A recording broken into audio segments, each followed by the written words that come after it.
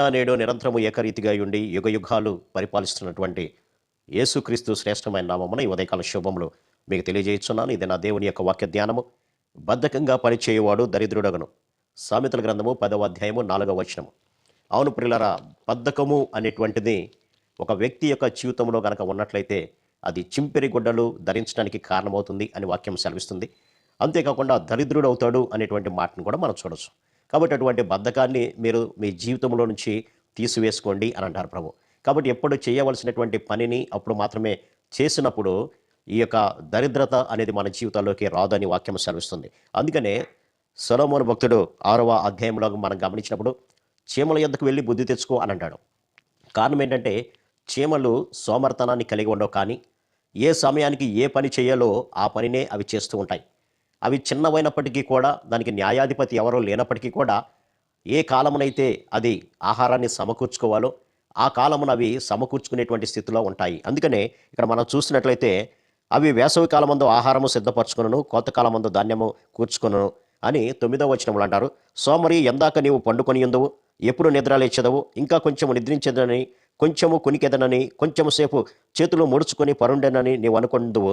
అందుచేత దోపిడీగాడు వచ్చినట్లుగా దారిద్ర్యము నీ యొద్దకు వచ్చును, ఆయుధదారుడు వచ్చినట్లుగా లేమి నీ యొద్దకు వచ్చును అని అంటారు. కాబట్టి మన యొక్క జీవితాల్లో ఈ యొక్క బద్ధకము లేదా సోమరితనం అనేది ఉండకూడదు అని ప్రభువు యొక్క వాక్యం సెలవిస్తుంది.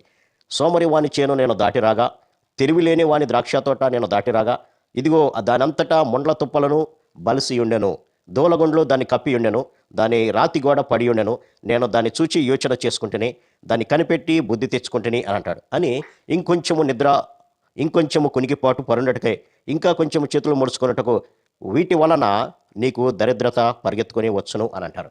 కాబట్టి నిద్ర అనేది మానవుని యొక్క జీవితంలో ఎంతైతే నిద్ర అవసరమో అంతే నిద్రించాలి అని ప్రభువు యొక్క వాక్యం సెలవిస్తుంది. దీనిని ఆత్మీయంగా కూడా మనం ఆలోచన చేసినప్పుడు మన యొక్క ఆత్మ జీవితము అనేది దేవుని వాక్యంతో సరిచేసి పెంపొందించుకుంటున్నామా, లేదా ఈ యొక్క సోమరిలాగా ఇంకొంచెం పండుకొని ఉండునులే, ఇంకొంచెం చేతులు ముడుచుకొని, అనగా దేవుని యొక్క రాకడ ఇంకా ఆలస్యం అవుతుంది కదా, ఒకవేళ వచ్చిన తర్వాత చూసుకోవచ్చులే, ఇప్పుడే మారు మనసు ఎందుకు, ఇప్పుడే రక్షణ ఎందుకు అని గనక మనము ఆలస్యం చేసినట్లయితే ప్రభు వచ్చిన తర్వాత ఇంకా రక్షణ పొందడానికి అవకాశం ఉండదు. కాబట్టి ఈ దరిద్రత నీ వద్దకు వచ్చును అని ఎలాగంటున్నాడో, ఆయుధదారుడు నీ వద్దకు వచ్చును అని ఎలాగంటున్నాడో, అలాగే సాతానుడు కూడా మన హృదయాల్లో తిష్టవేసి దేవుని యొక్క మాటకు లోబడకుండా అతడు చూస్తూ ఉంటాడు పిల్లరా. కాబట్టి ఆత్మీయ జీవితంలో కూడా మనము నిర్లక్ష్యము అనేది పనికిరాదు అని వాక్యం సెలవిస్తుంది. అందుకనే దేవుని యొక్క పనిని అజాగ్రత్తగా చేయవాడు శాపగ్రస్తుడు అని వాక్యం సెలవిస్తుంది. ఇక మత్తయి సువార్త 25వ అధ్యాయంలో మనం చూసినట్లయితే ఒకనికి తలాంతులు ఇచ్చి ప్రభువు దూరదేశానికి వెళ్ళాడు. ఒకడికి 10 ఇచ్చాడు, ఇంకొకటికి 5 తలాంతులు ఇచ్చాడు, అలాగా ఇంకొకటికి 1 తలాంతు ఇచ్చాడు. అవును ప్రియులారా, ఈ లోకంలో దేవుని యొక్క రక్షణ సువార్తను ప్రకటించడానికి, ఆయన వాక్యాన్ని విని దానికి లోబడడానికి మన జీవితంలో కూడా ప్రభు తలాంతులు ఇస్తూనే ఉంటాడు.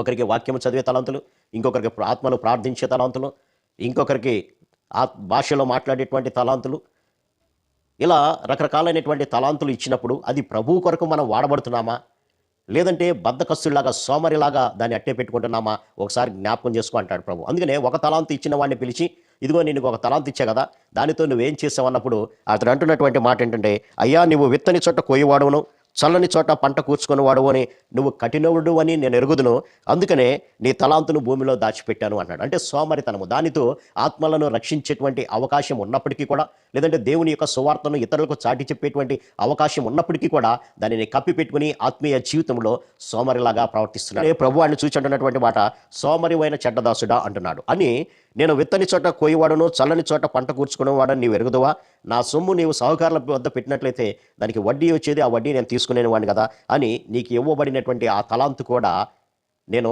కలిగిన వానికి ఇస్తాను, నీవెక్కడి నుంచి వెళ్ళు అని పనికి మాలిన ఆ దాసుని వెలుపటి చీకటిలోనికి త్రేసివేయడి, అక్కడ ఏడుపును పండ్లు కొరుకుటయ్యి ఉండున నేను. కాబట్టి మన యొక్క ఆత్మీయ జీవితాల్లో ఎలా ఉన్నాయో ఒకసారి పరిశీలన చేసుకోమంటున్నాడు. ఈ సోమరిలాగా దేవునికి సంబంధించినటువంటి ఏ యొక్క క్రియ చేయకుండా అలాగే ఉంటున్నామా? దేవుడు మన కొరకు తన యొక్క రక్తాన్ని కార్చినప్పుడు ఆ రక్తానికి విలువ ఇచ్చి మనం గనక మారు మనసు పొంది క్రీస్తు నామములో బాప్తీసం తీసుకుని రక్షణ పొందినప్పుడు దేవుడు ఏర్పాటు చేసేటువంటి రాజ్యంలో ఉంటాం పిల్లలు. కాబట్టి మానవుని యొక్క జీవితంలో బద్ధకం అనేది ఆనాడు చేను దాటిరాగా అదంతా మొళ్ళ తుప్పలు ఏ విధంగా అయితే పెరుగున్నాయో అలాగా మన యొక్క ఆత్మీయ జీవితం కూడా దేవుని కొరకు వాడబడకపోతే ప్రతి సంబంధమైనటువంటి శరీరాశలతో నింపబడి ఉంటుంది. ఆ శరీరాశలతో నింపబడినటువంటి జీవితము దేవునికి ఇష్టమైంది కాదు కాబట్టి ఈ యొక్క పండ్లు కోరికేటువంటి వేదన కలిగినటువంటి చీకటి కలిగినటువంటి ప్రదేశంలోనికి మనం తోసివేయబడతాం. కాబట్టి ఇది నా వాక్య ధ్యానం ద్వారా ప్రభు హెచ్చరిక చేస్తున్నాడు. సోమరి తనం అనేది దరిద్రకు దారితీస్తుంది. అది ఇహలోక సంబంధమైన ఆత్మీయ సంబంధమైన ఆ దారిద్ర్యము కలుగు చేస్తుంది. కాబట్టి సోమరితనాన్ని విడిచిపెట్టి ప్రభు యొక్క వాక్యంలోను ప్రార్థనలోను దేవుని స్థుతిలోను మనము కాలం గడుపుదాం. అట్టి కృపా పరిశుద్ధాత్మ దేవుడు మనందరికీ దయచేయను గాక. ఆమేన్. ప్రార్థన. సర్వశక్తుడా ప్రేమ గల మా తండ్రి, మీరు ఇచ్చిన కొద్ది మాటలు బట్టి మీకు వందనాలు తండ్రి. సోమరితనం అనేది దరిద్రకు దారితీస్తుంది అన్నావు ప్రభా.